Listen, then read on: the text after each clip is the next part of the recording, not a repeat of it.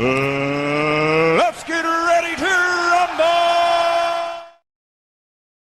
We're going to give Stephen Smith some flowers on the take he's about to make right now. He thinks America's broken, and shit, he ain't trusting nobody to do this. So let's listen to what he says about America. But I got to tell you something right now. It did get my blood boiling when I thought about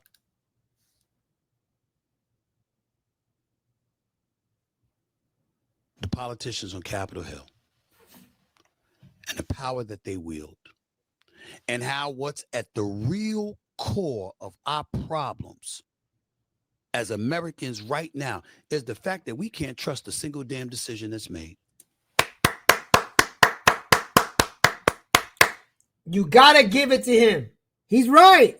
No one is trusting anybody. At least anybody with common sense is not trusting what the politicians are doing, bro. Nobody. Republican, Independent, and Democrat. We know what's going on with the Democratic Party. They're all going cuckoo bonkers, and they're all going off the cliff. The Republicans can't seem to get the rhinos out, and they can't get shit done even though they hold the majority. Independents are sitting there going like, well, what the hell's the answer? I don't know, but he's right. You see it. No one trusts anybody to do anything. The Democrats' constituents think that they're not going extremist enough. Republican base is looking at the rhinos in the power, and they're saying, you guys have the House and you have the Senate. It looks like you're about to lose the midterms, and y'all can't get shit done. Y'all can't even pass the SAVE Act.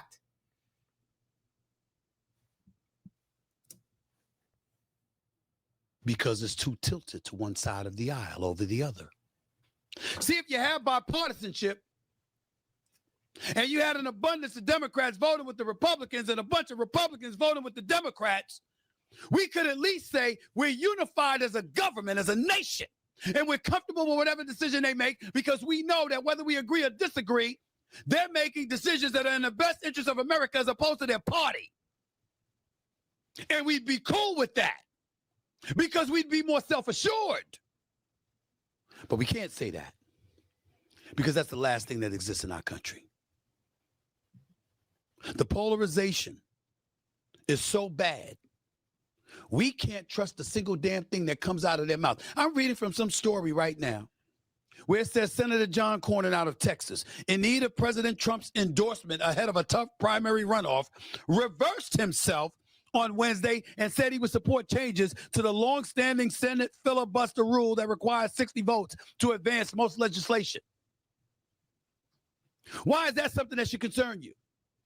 Because if you eradicate the filibuster, that means it's only about a majority within the Senate. That's all that's required. 51 votes. That's all you need to push legislation through, no matter what the other side of the aisle thinks about what your decisions are. And we've been hearing this, right? Because I think Trump says that he wants them to use it to nuke the filibuster to pass a lot of his policies. And the one thing you hear a lot is they're saying, well, if the Republicans don't use it, the Democrats will, right? Because the Democrats have talked about loading up the Supreme Court, passing all these abortion laws, making it the law of the land again, passing transgender laws, taxing the wealthy, blah, blah, blah, and all this. And so the Republicans are sitting there, or the constituents of the Republicans are sitting going, we wield the power in the House and in the White House and in the Senate, and nothing is getting done. We are not passing any shit. So they're saying, well, if we do not nuke the filibuster, the Democrats, when they get power again, which it looks like they will eventually in the midterms, they're going to use it. And the one thing that Stephen A. Smith is bringing up that I think most of us are aware of is that, yeah, the polarization of this country is beyond ridiculous. And I honestly believe, and I'll get to it again, is that one side seems to have thrown away common sense and the other one has it, but is doing stupid things with it. And so the extremes have happened, right? Where you're saying, oh, you have lefties on one side and they're pulling the Democrats all the way to the extremity. And the right wingers are fighting against the Republicans, or the base Republicans, and they're fighting with the conservative Republicans, the red pills, and all that shit. The country is 100% polarized. And this is the reason why a lot of people are saying we cannot share a country with them. We've heard the things about secession, civil war. This is the thing that Stephen A. Smith seems to be alluding to as well. That the country is way polarized. And what the hell are we doing about it? Don't we have enough of that? Isn't that enough of a problem as it exists right now? Don't you hate when you see as American citizen when the Democrats in lockstep vote on one side and the GOP in lockstep vote on another? I'm in a room with 6 people. 6. I can assure you without asking them a single damn question, we don't agree on everything. But we agree on something. But the Democrats and the Republicans will act like that doesn't exist. Right. And it goes back to what I'm saying. Common sense, right? You think you would agree on biology. You think you would agree on, the rights of women and stuff like that. You think you would agree to some form of similarity, but you don't. One party is telling me that there's 370,000 genders that a man can get pregnant. That if you say something about a Hispanic person, you're racist. A black person, you're racist. That if you agree that your country is particularly more Christian than anything else, then you're a Christian nationalist. There are basic things that we should be able to agree on. The problem is, like I said, common sense has been thrown out the window, and now we can't agree on anything. The sky is red. No, the sky is blue. No, the sky is green. No, the sun is actually the moon. The moon is actually made of cheese. The whole thing is that people can't agree on it. At least it looks like the constituents. I think other people in normal day conversations can agree on certain things. There's no possible way we could possibly agree. No possible way. We could agree on stuff like the Epstein files. Oh, we could cross the aisle and to find out who was screwing around with who was molesting or sexually assaulting minors. Oh, we could come to an agreement on that. Barely, because apparently they're still protecting people, but they barely can agree on that too.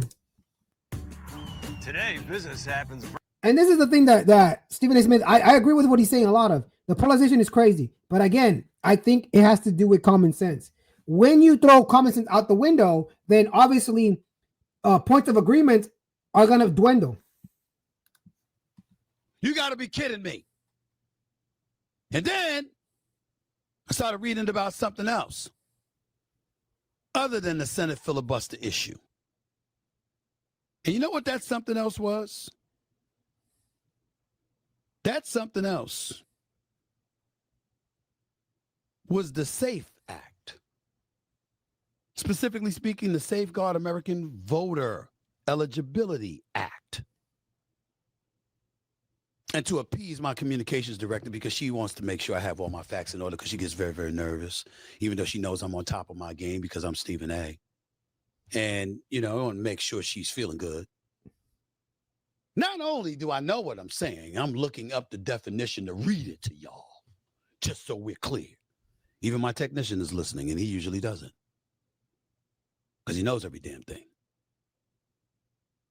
Safeguard American Voter Eligibility Act will require Americans to provide documentary proof of United States citizenship, such as a passport, a birth certificate, or naturalization papers when registering to vote in federal elections. Seems very simple to me. Ladies and gentlemen, let me say this to show you how pathetic we are and we've become as a nation, rife with Americans who don't trust one another as far as we can throw one another. I'm sitting upstairs debating and arguing, and I want to put this on Front Street with people I employ. Okay? I cut the checks, not just cash them. And they're arguing with me. Why? And I said, explain to me. Last time I checked, I don't recall a single incident in my adult life where I did not need an ID to do something. Got to have a driver's license. You understand? If you want to get tickets on Ticketmaster, you got to have some form of ID. You want to go up and pick up tickets at a game, you got to have an ID. You want to pay for something at the supermarket and it ain't cash, or the department store and it ain't cash. You got to show ID even while you're giving them a credit card to charge your stuff to your credit card. And this is what we're saying, right? Even the most basic thing. We talked about this before in other videos. In the SAVE Act, all you have to do is provide one form of identification. Not all of them, just one form, right? It's not like in New York where Madani told them you needed to have 2 forms of ID in order to go shovel freaking snow. When you're going to go vote in the federal elections, all you need to do is show one form of ID, uno, solo uno, to prove you are a citizen. But you get people like Schumer. Oh my, tens of billions of people will be disenfranchised. I didn't even know we have billions of people in America. Idiot. In the United States, we're only about 360 million people. But apparently, billions of people. Sounds like The Rock. And the millions. The video that we made of the women coming out. Oh, the housewives, they haven't changed their birth certificate. They haven't changed all their papers from when they were not married from their maiden names to their legal married names. You don't understand. They're too stupid to get in their car and take their driver's license, right? Form of ID. Go down to the tax collector office, the courts, and go and fill out the paperwork to show them who they are so they can get their legal name. Even though a lot of women do that after they get married.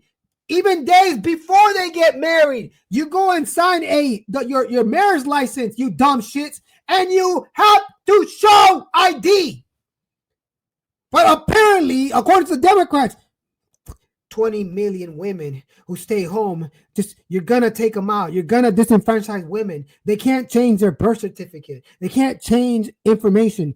Their husbands have them locked in the room. They can't get out the house without their permission. Black people are not going to be able to vote because, according to Democrats, black people don't have IDs. They don't know how to get IDs. Shit, they don't even know how to get on the internet to get an ID. They don't know.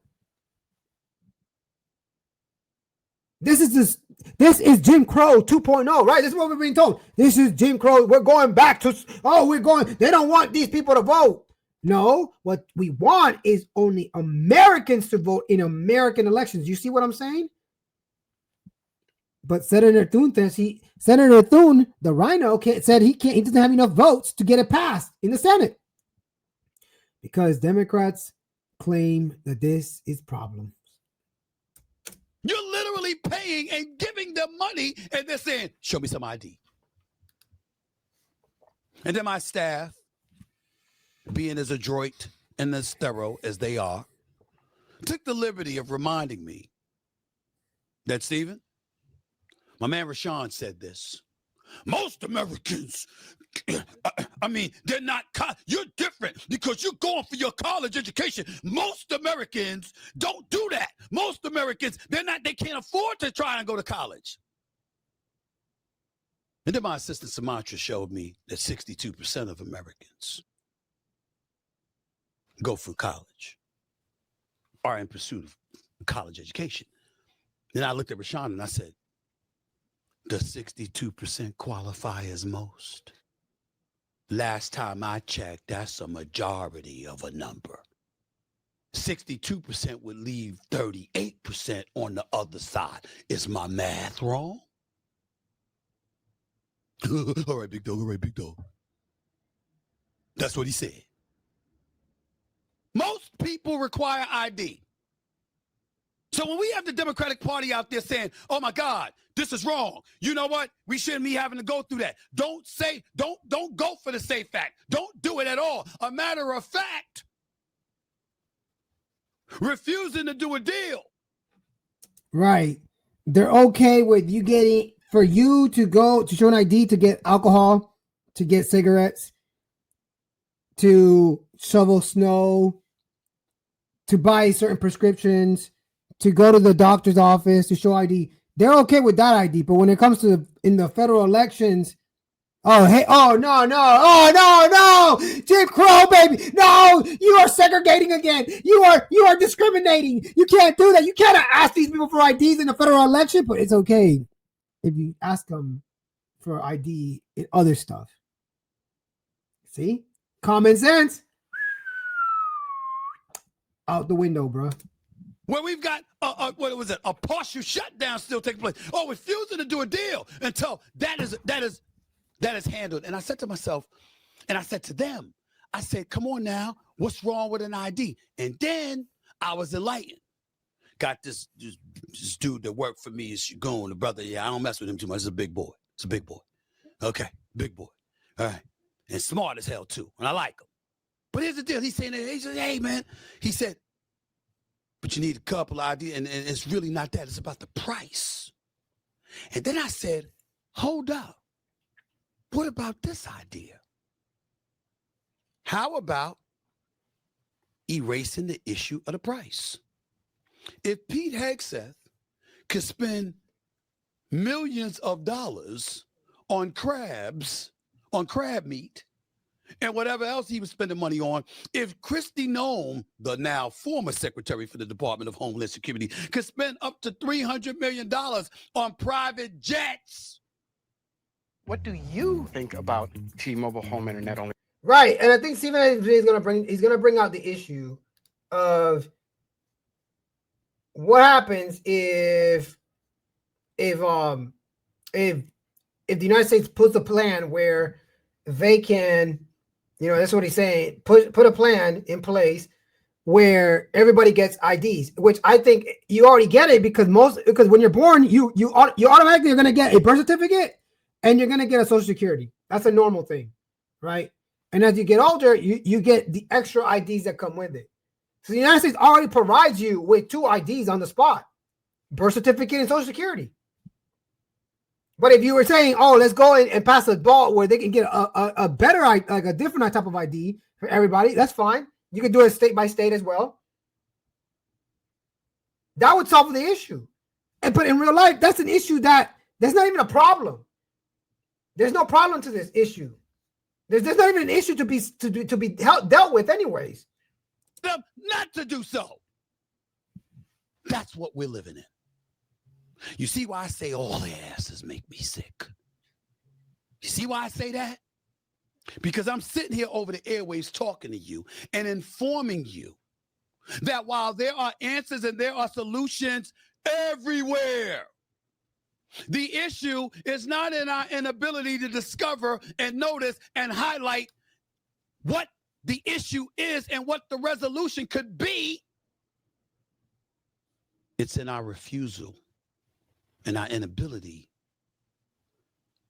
as elected representatives in this country to prioritize reaching enough of a consensus so the American people that they collect billions from in tax dollars and beyond can find a way to live in peace,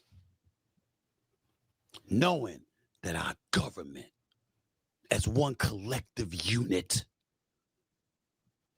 got our backs. But here's the thing, and Stephen A. Smith, I look, with a lot of the stuff he said, I agree. I think a lot of people feel the same way about the government, the polarization. You see it, you saw it in the State of Union address with Trump, but even then, you've seen it with Biden, with Obama. The polarization is real. I think it's getting worse as it goes on. And I agree with a lot of stuff that Stephen A. Smith said. I think a lot of us are very disgusted with how politicians that claim to represent us just represent themselves, represent the uniparty, represent whatever, right? They're all working together, at least them, to do whatever the hell they want for themselves and not everybody else. I think what the main thing that Stephen A. Smith is missing here is the reason why these people cannot get together and they cannot, find common ground or anything like that is because common sense has been thrown out the window.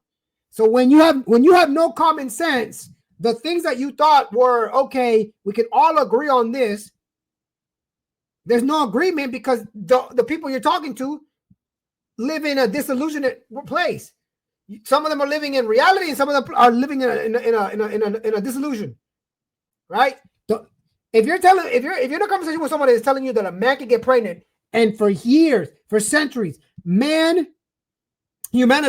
as a whole, has seen that man cannot get pregnant, and all of a sudden now in the 21st century, oh well, men can get pregnant because gender is fluid, and we can, if they don't feel a certain way, a woman can turn into a man, and all this and all that.